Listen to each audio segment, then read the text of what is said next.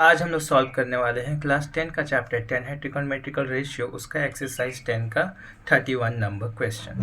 If angle A and angle B are acute angle such that tan A equal to tan B, then prove that angle A equal to angle B। ये बिल्कुल ही question number 30 के जैसा ही है। चलिए आज इसको बनाएंगे।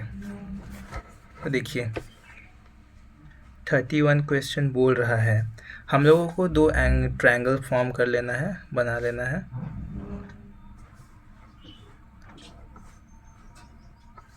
जिसमें हमको देखने के लिए मिल रहा है एंगल ए और एंगल बी दोनों ही एक्यूट एंगल है और उसमें ये 90 डिग्री का है। और यहाँ पर हम लोग बोल सकते हैं सी और डी, यहाँ बोल सकते हैं ई और एफ।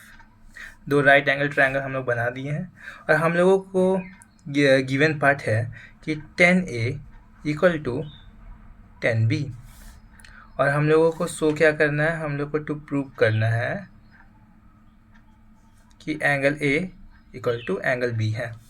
तो देखिए हम लोग लेट कर लेते हैं, let triangle ACD and triangle BEF यहाँ पर है आर एक्यूट एंगल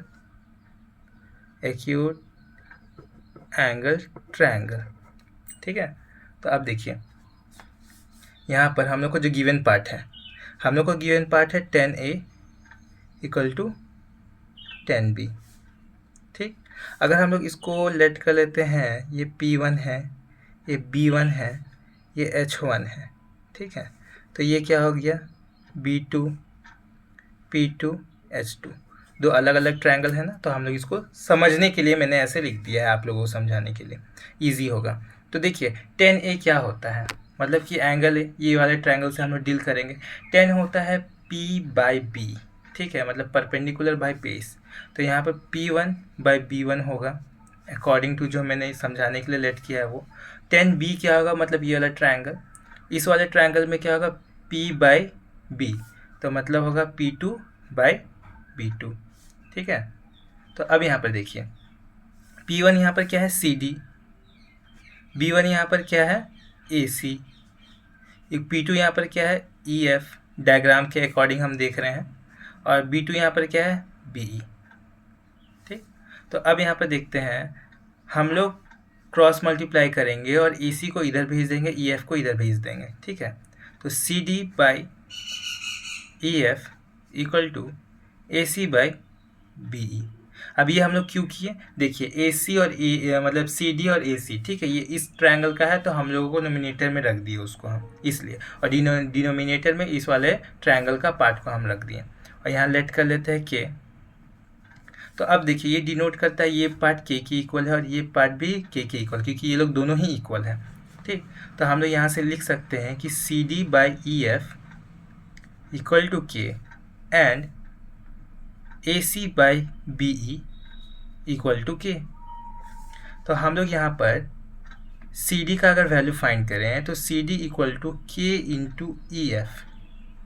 ठीक, और यहाँ पर अगर हम लोग AC का वैल्यू फाइंड करें तो K इंटू BE है। हम लोग को ये पार्ट मिल गया।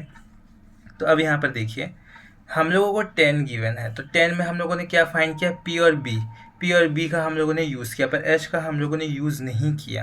तो हम लोग दोनों ट्रायंगल का H मतलब कि हाइपोटेनस का रेशियो लेंगे।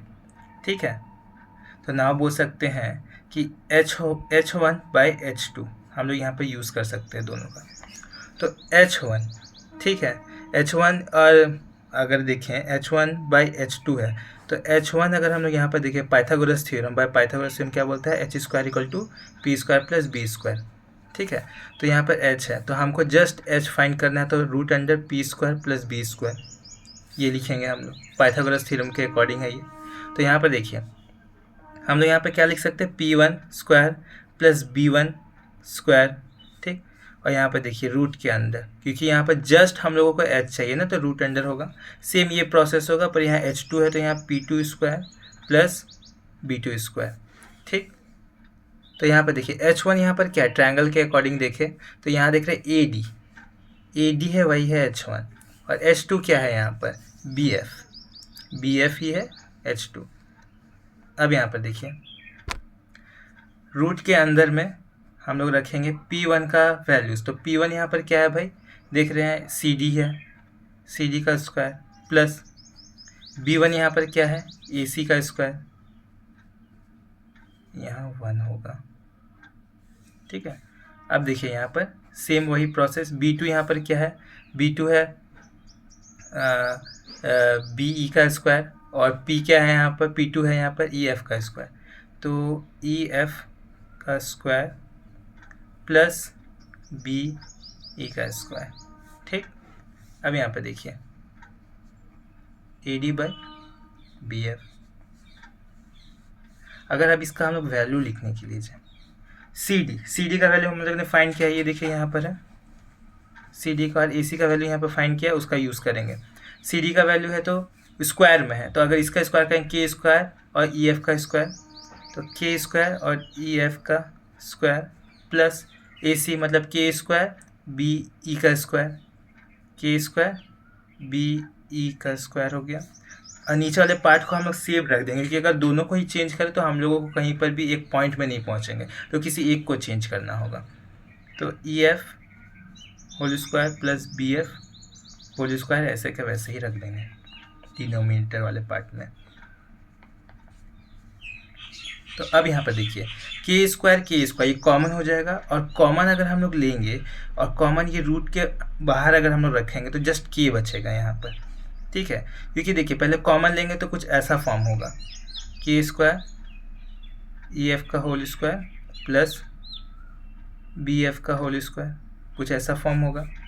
ठीक, और नीचे वाला पार्ट तो वैसा का वैसा ही रहेगा, EF का स्क्वायर प्लस BF का स्क्वायर, ये वाला पार्ट। ठीक, और इसको अगर हम लोग बाहर निकालेंगे तो जस्ट K बाहर निकलेगा, तो EF का स्क्वायर प्लस BF का स्क्वायर डिवाइडेड बाय EF का स्क्वायर प्लस BF का स्क्वायर। तो ये दोनों पार्ट इक्वल है तो कैंसिल आउट हो गया, जस्ट मेरे पास K बचा। तो देयरफॉर हम बोल सकते हैं AD और BF इक्वल टू K। ठीक, और हम लोगों को पहले से ही पता है कि CD बाई EF। ठीक, तो सिमिलर वे में लिख सकते हैं सिमिलरली कि CD by EF equal to AC by BE equal to AD by BF K। ठीक है, ये सारा पार्ट K के इक्वल हो गया, क्योंकि K हम लोग प्रूव किए हैं। तो CD ये वाला पार्ट और AC ये वाला पार्ट और AD ये वाला पार्ट इक्वल टू K है, उसका डिवाइडर वाला ये वाला ट्रायंगल भी इक्वल हम लोग K का प्रूव किए हैं अभी। तो इससे हम लोग कह सकते हैं triangle ACD is equal to triangle BEF। Hence हम लोग कह सकते हैं angle A equal to angle B। इसे ही हम लोगों को प्रूव करना था, तो ये हो गया प्रूव।